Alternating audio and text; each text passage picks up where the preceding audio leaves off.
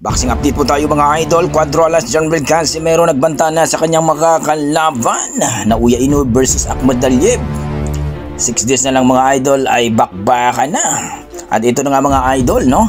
6 days na lang ang kanilang naturang laban mga idol ay magaganap na, no? Sa bansang Japan, ang undisputed sa pagitan ni Akhmadaliev at ni Naoya Inoue mga idol, na kung saan ay subukang agawin, no, ni Akhmadaliev ang 4 na belt ni Naoya Inoue mga idol. Sa wakas, ayon sa ating mga boxing fans, ay lumaban na talaga itong si Naoya Inoue dito kay Akhmadaliev na talagang 2 beses na itong binaypass mga idol.